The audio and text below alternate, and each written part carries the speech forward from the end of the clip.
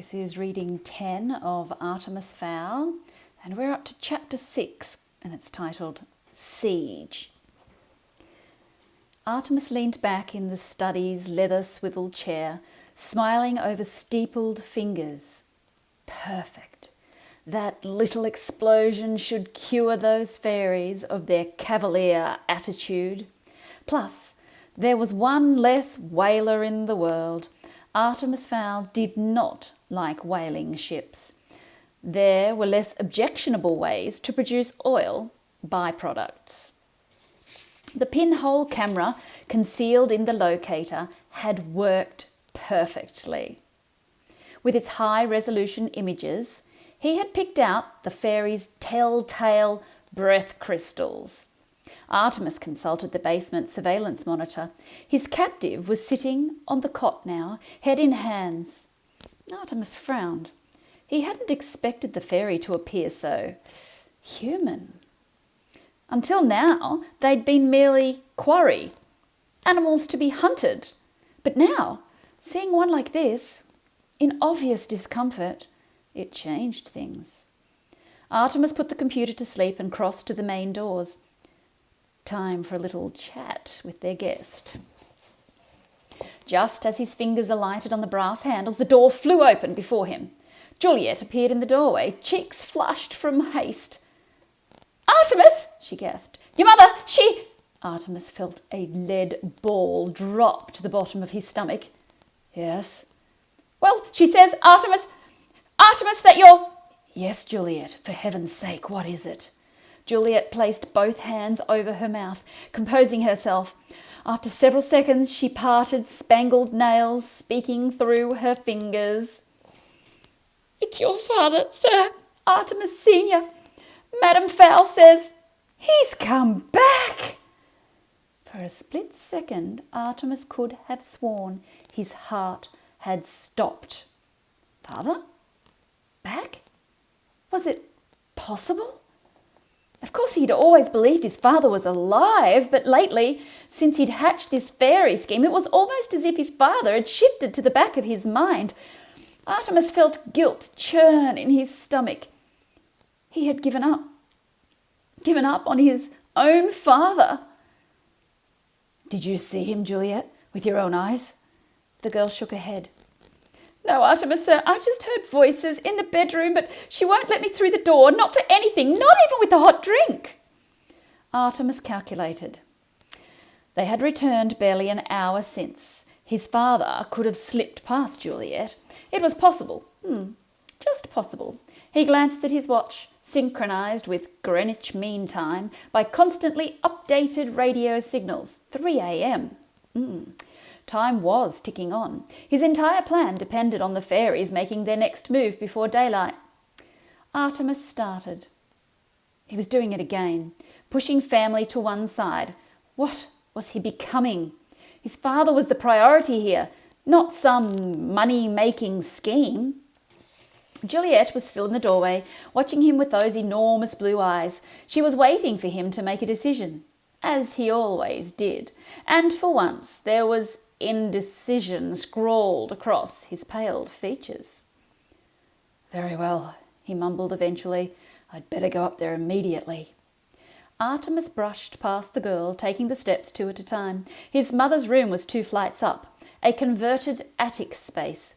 He hesitated at the door. What would he say if it was his father miraculously returned? What would he do? It was ridiculous dithering about, impossible to predict. So he knocked lightly. "Mother?" No response. But he thought he heard a giggle and was instantly transported to the past. Initially, this room had been his parents' lounge.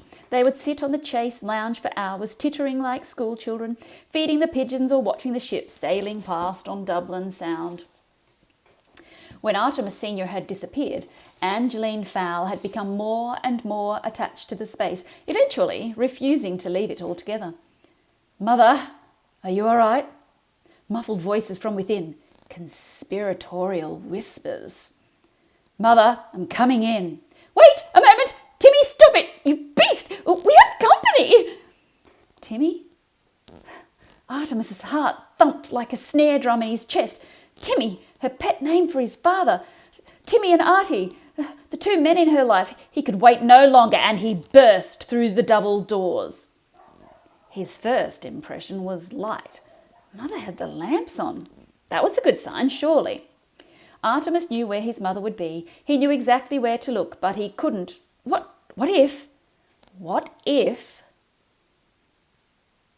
Yes? Can we help you?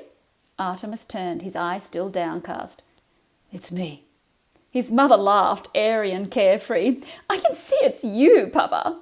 Can't you even give your boy one night off? It is our honeymoon after all. Artemis knew then it was just an escalation of her madness.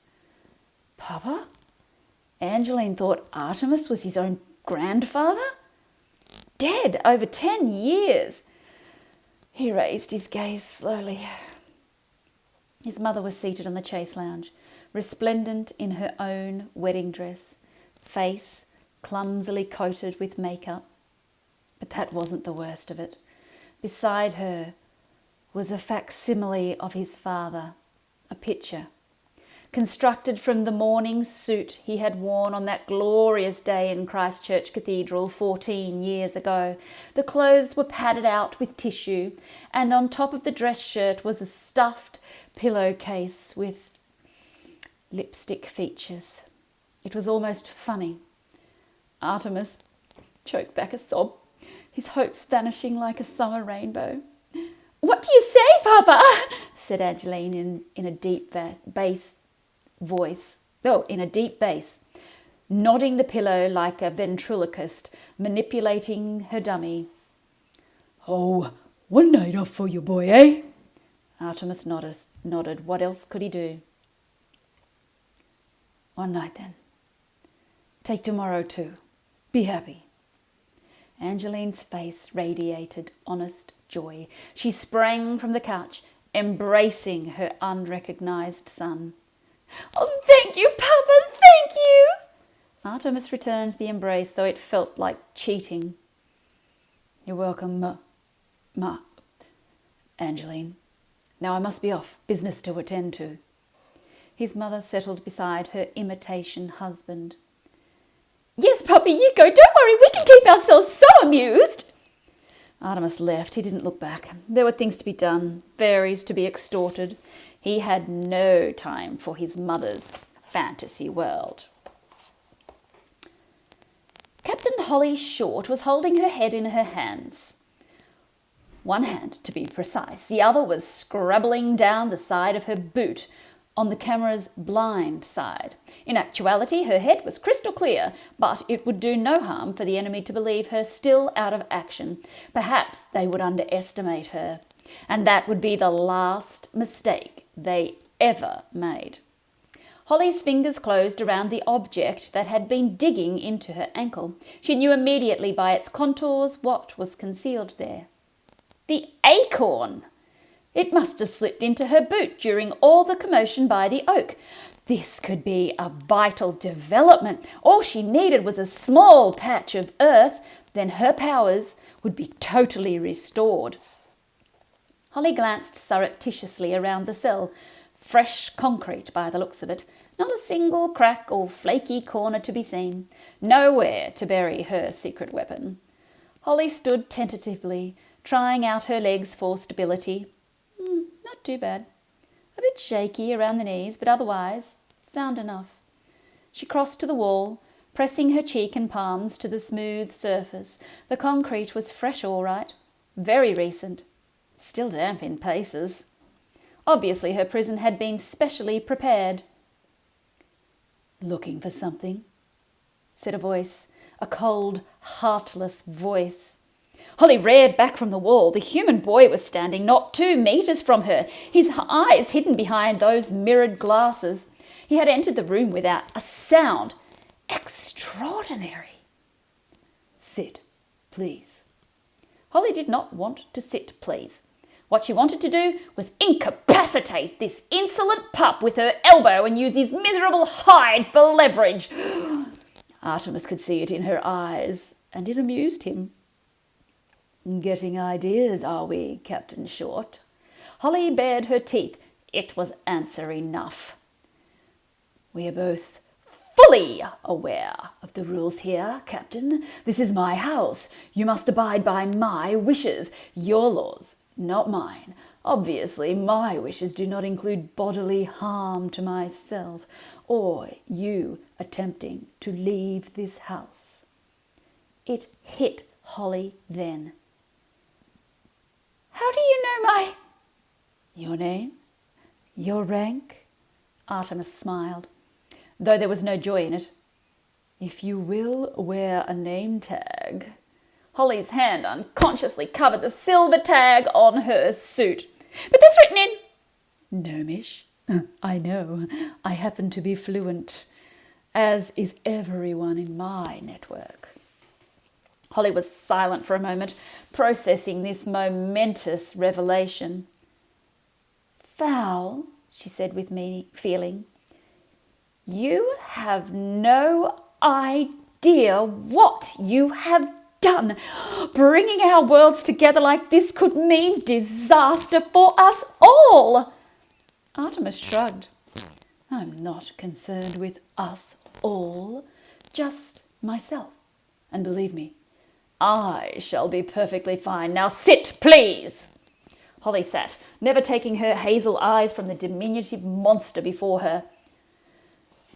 So, what is this master plan, Fowl? Let me guess. World domination? Nothing so melodramatic, chuckled Artemis. Just riches. A thief? Spat Holly. You're just a thief! Annoyance flashed across Artemis's features, only to be replaced by his customary sardonic grin. Yes, a thief, if you like. Hardly just a thief, though. The world's first cross-species thief. Captain Short snorted. Cross-species thief? Mud people have been stealing from us for millennia. Why do you think we live in underground? True, but I will be the first to successfully separate a fairy from its gold. Gold? Gold? Human idiot!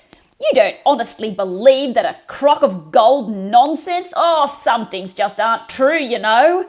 Holly threw her head back and laughed. Oh, Artemis checked his nails patiently. When the gales had finally subsided, he shook his index finger. You're right to laugh, Captain Short. For a while there I did believe in all that under-the-rainbow crock of gold blarney, but now I know better. Now I know about the hostage fund. Holly struggled to keep her face under control. What hostage fund? Oh, come now, Captain. Why bother with the charade? You told me about it yourself. I told you? Stammered Holly. Ridiculous! Look at your arm. Holly rolled up her right sleeve. There was a small cotton pad taped to the vein. That's where we administered the sodium pentothal, commonly known as truth serum. You, my dear, sang like a bird. Holly knew it was true. How else could he know? You're mad! Artemis nodded indulgently. Oh, if I win, I'm a prodigy. If I lose, then I'm mad. That's always the way history is written, my dear. Of course, there had been no sodium pentothal, just a harmless prick with a sterilised needle. Artemis would not risk causing brain damage to his meal ticket, but nor could he afford to reveal the book as the source of his information. Better to let the hostage believe that she had betrayed her own people. It would lower her morale, making her more susceptible to his mind games. Still, the ruse disturbed him. It was undeniably cruel. How far was he prepared to go for this gold? He didn't know, and he wouldn't know until the time came.